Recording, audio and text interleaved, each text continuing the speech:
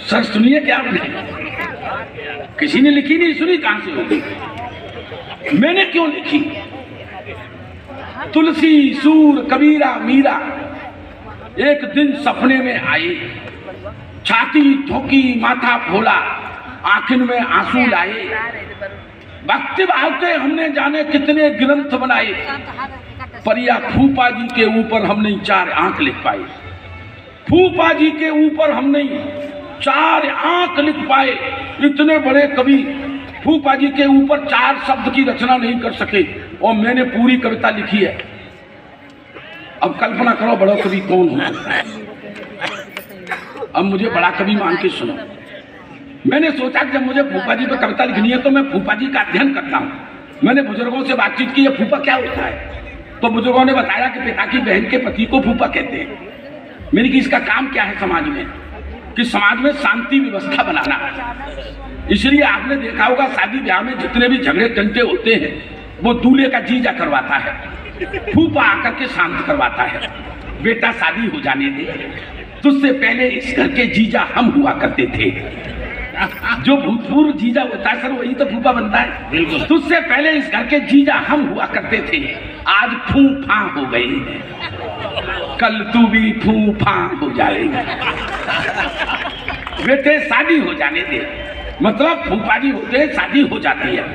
अच्छा, फूफा जी की सबसे पहले आवश्यकता किसको रही होगी? तो मेरी केवल कल्पना है कि कलिंग युद्ध के बाद में जब सम्राट अशोक आत्महत्या का विचार करने लगे थे तो बौद्ध धर्म से वो दीक्षित हुए और आत्महत्या का उन्होंने त्याग किया। वो उन्हीं के वंशज थे, तथागत गौतम बुद्ध। मैंने ये कल्पना की है उनके शायद फूफा ही लगते होंगे, इसलिए शांति मिल गई।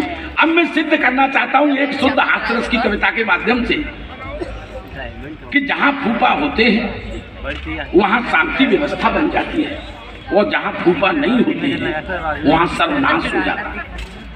कहाँ कहाँ हुआ है फूफा के अभाव में सर्वनाश? 2-4 तर्क आपके सामने रखता हूँ। अगर मेरे तर्क आपको उचित लगे और हंसने का मन करे, उद्देश्य केवल आपको ठाके और हंसाना है, सुनिएगा। झगड़ा कभी नहीं करवाते शांत कराते फूफा जी, झगड़ा कभी नहीं करवाते शांत कराते फूफा जी, तत्व जिंदगी का समझाते हमें हमारे फूफा जी। झगड़ा कभी नहीं करवाते शांत कराते फूफा जी, झगड़ा कभी नहीं करवाते शांत कराते फूफा जी, तत्व जिंदगी का समझाते हमें हमारे फूफा जी। पहला तर्क उठाता हूँ, प्रयागराज में महाभारत का युद्ध न होता, महाभारत का युद्ध न होता, चीर हरण भी ना होता। महाभारत का युद्ध न होता, चीर हरण भी ना होता, समय से पहले मरे न होते अगर कृष्ण की फूफा जी। कुंती सगी बुआ थी, पांडु के मरने के बाद ये सब नींव रखी गई। महाभारत का युद्ध न होता, चीर हरण भी ना होता, समय से पहले मरे न होते अगर कृष्ण के फूफा जी।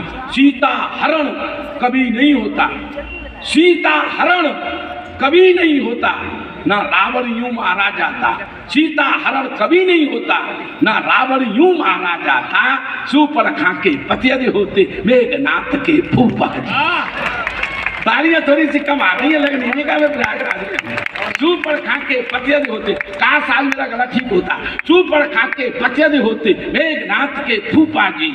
और ये रंगों का त्योहार न बनता, जिसको मनाने के लिए आप बैठे हैं, ये त्योहार ही नहीं होता। ये रंगों का त्योहार न मनता, कभी होलिका ना जलती, रंगों का त्योहार न मनता। अध्यक्ष जी तालियां आपकी चाहिए। रंगों का त्योहार न मनता, कभी होलिका ना जलती, हिरणाकुश के जीजा होते प्रहलाद वक्त के फूफा जी। हिरणाकुश के जीजा होते, हिरणाकुश के जीजा होते प्रहलाद भक्त के फूफा जी।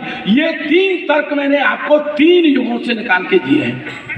अब वर्तमान के कुछ तर्क देख लो। हास्य का परसेंटेज बढ़ाता हूँ। कांग्रेस की ऐसी हालत